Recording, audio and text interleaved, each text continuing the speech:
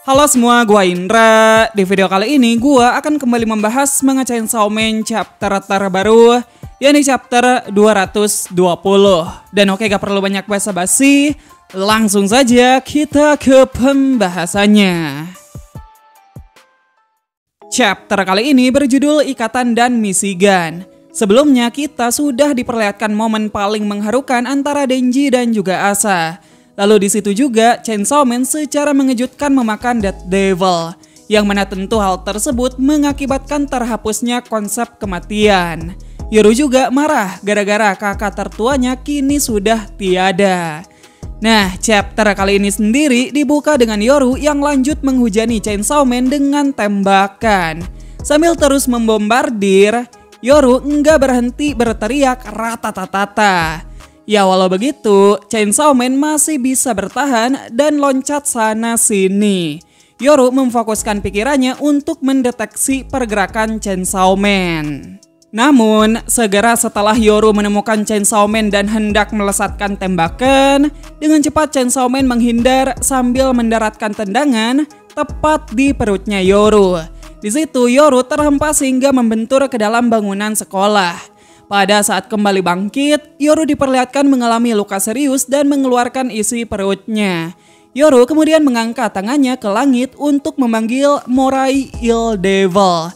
Dari atas pintu neraka muncullah iblis belut raksasa yang memiliki mulut lebar dengan tubuh yang diselimuti jeroan.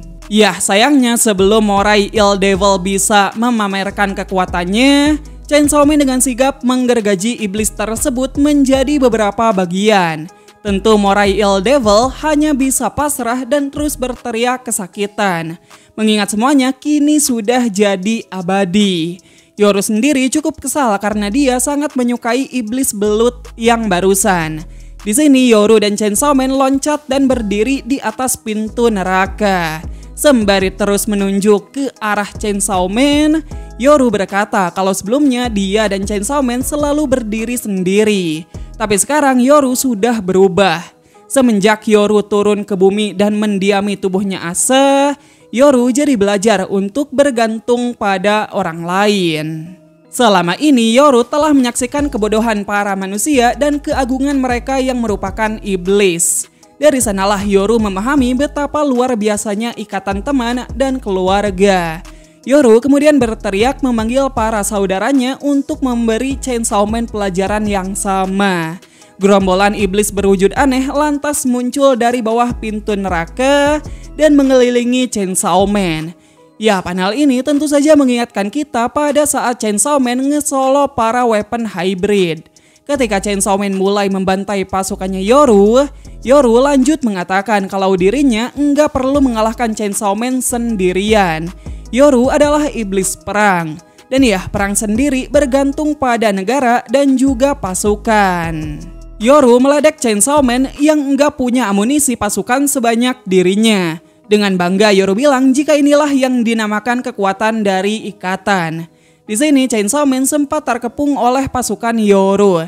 Namun tak berselang lama, Chainsaw Man menggergaji dan menerbangkan kepala mereka sekaligus. Setelah berhasil melepaskan dirinya, Chainsaw Man lanjut menerjang ke arahnya Yoru.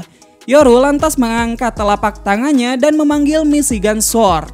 Dari situ kita kemudian diperlihatkan segala hal yang ada di negara bagian Michigan tergulung dan perlahan berubah menjadi pedang. Menurut dokumentasi dari Fumiko, akibat pertarungan Chainsaw Man melawan War Devil, negara Michigan runtuh pada pukul 11 lewat 23 menit waktu setempat. Dan ya, chapter kali ini pun berakhir sampai di sana. Jadi itu dia Chainsaw Man chapter 220. Ya, seperti yang kita harapkan, setelah tiadanya konsep kematian, pertarungan antara Chainsaw Man dan juga War Devil menjadi semakin brutal. Dan ya, brutalnya juga enggak nanggung sama sekali. Bener-bener mantep lah pertarungan dari chapter ini. So ya, seperti biasa mari kita bahas beberapa hal menarik yang bisa kita bahas dari chapter ini. Dimulai dari iblis yang dipanggil Yoru yakni Morai Il Devil ataupun iblis belut Morai. Belut moray sendiri merupakan salah satu jenis belut predator yang habitatnya ada di lautan. Bentuk asli belut moray dan juga desain iblis yang digambar Fujimoto bisa dibilang hampir sama. Gue sendiri lumayan suka desain dari iblis satu ini. Namun sayang sekali gara-gara Chainsaw Man kita nggak bisa melihat bagaimana kekuatan dari Moray Il Devil. Selanjutnya kita beralih pada Yoru yang memanggil bala bantuan dari neraka. Di mana di situ Yoru sempat berpidato tentang pentingnya sebuah ikatan. Sebagian dari kalian mungkin bakal ada yang bilang kalau pidatonya Yoru tadi itu bertentangan dengan perkataannya sendiri yang ada di chapter sebelumnya. Di chapter kemarin kan Yoru bilang kalau iblis dan manusia itu tidak bisa berteman karena hal tersebut akan membuat mereka jadi lemah. Ya kalau enggak dipahami dengan seksama, di sini Yoru jadi terkesan labil ataupun pelin-pelan. Padahal apa yang dibilang Yoru tadi dan di chapter sebelumnya itu bisa dibilang konteksnya berbeda namun masih saling berhubungan. Biar gua jelasin, bagi Yoru menjalin ikatan dengan manusia itu memang melemahkan para iblis, terkhusus untuk sisi emosional mereka. Waktu Yoru mengaku jika dirinya menyukai Denji, Yoru jadi nggak bisa mengubah Denji menjadi senjata. Padahal kesempatan untuk menjadikan Denji senjata itu sudah ada di depan matanya. Dari sana kita bisa menyimpulkan kalau bagi Yoru ikatan dengan manusia itu bersifat melemahkan. Hal ini juga sekali lagi dibuktikan dengan Yoru yang menyebut kalau manusia itu bodoh. Lalu ikatan yang dimaksud pidatonya Yoru pada chapter kali ini bersifat lebih luas. Yoru terinspirasi dari cara manusia yang membangun ikatan dengan manusia lain, yang mana Yoru menerapkannya untuk membangun ikatan dengan para iblis. Nah, dari ikatan tersebutlah Yoru bisa membuat pasukan iblis yang banyak. Yoru juga jadi punya amunisi untuk menciptakan berbagai senjata dari pasukan iblisnya. Lalu saking luasnya makna ikatan ini, kayaknya pengakuan rasa cinta Yoru terhadap Amerika bukan sekedar rasa terima kasih dan pengakuan biasa. Di momen itu, kemungkinan besar Yoru sudah menjalin ikatan dengan Amerika. Makanya setelahnya Yoru bisa dengan mudah menjalin kontrak dengan gubernur California dan juga mengubah Michigan menjadi senjata pada chapter ini. Ya, kesimpulannya bagi Yoru, ikatan merupakan cara terbaiknya untuk memperalat suatu entitas agar mau sukarela menjadi alat tempurnya.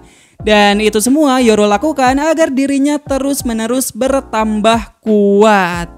Selain itu, entah mengapa pidatonya Yoru tentang ikatan terkesan seperti cara Fujimoto menyindir konsep shonen yang klise, di mana kebanyakan shonen mainstream selalu berfokus pada the power of friendship ataupun kekuatan persahabatan. Di Chainsaw Man hal semacam itu enggak berlaku. Kebanyakan lawan yang menjadi musuh Denji selalu berakhir dengan cara absurd dan enggak masuk akal. Ya makanya tak lama setelah Yoru berpidato, Chainsaw Man langsung menghabisi semua pasukannya. Selanjutnya lagi dan lagi kita harus mengucapkan bela sungkawa pada warga Amerika. Karena di chapter ini satu negara bagian Amerika yakni Michigan telah diubah Yoru menjadi senjata. Ini sesuatu yang gila banget. Yoru bisa meratakan satu negara bagian hanya dengan satu kalimat saja. Benar-benar absurd dan gokil banget. Kayaknya mangaka lain enggak bakal kepikiran ngubah satu wilayah jika diberi karakter dengan konsep yang sama dengan Yoru. Gue jadi mikir, lem jenis apa lagi yang dipakai Fujimoto kali ini? Pemikirannya udah lain daripada yang lain. Yah, terlepas dari itu, kini Michigan bersama segala isi yang ada di dalamnya udah menjadi senjata. Untuk saat ini kita belum tahu akan jadi seperti apa pedang yang terbuat dari Michigan. Cuman proses pembuatan pedang Michigan benar-benar keren. Mirip kayak adegan di film Inception. Mungkin Fujimoto memang terinspirasi dari sana. Mengingat Fujimoto sering memasukkan referensi tontonannya ke dalam Chainsaw Man. Fun fact-nya, di Perang Dunia Kedua, Michigan merupakan produsen yang memasok perlengkapan perang seperti tank dan juga jet tempur. Jadi ya sangat wajar jika Yoru memilih Michigan untuk dijadikan senjata. karena secara historis Michigan erat kaitannya dengan peperangan. Untuk yang terakhir, ada Fumiko yang mendokumentasikan semua kejadian tadi. Seperti yang kalian tahu, Fumiko itu jumlahnya sangat banyak. Fumiko sendiri tersebar di seluruh dunia. Dan ya, momen dokumentasi tadi merupakan bukti konkret kalau Fumiko sudah bermain lintas dunia. Yang tahu-tahu aja lah ya. Ya udah, mungkin sampai di sana dulu pembahasan kita kali ini. Makasih buat kalian semua yang udah nontonin video ini sampai habis. Kalau kalian punya teori menarik, kritik, serta saran, jangan ragu untuk menuliskannya di bawah. Sekian gua Indra dan sampai jumpa di video yang selanjutnya. Bye-bye.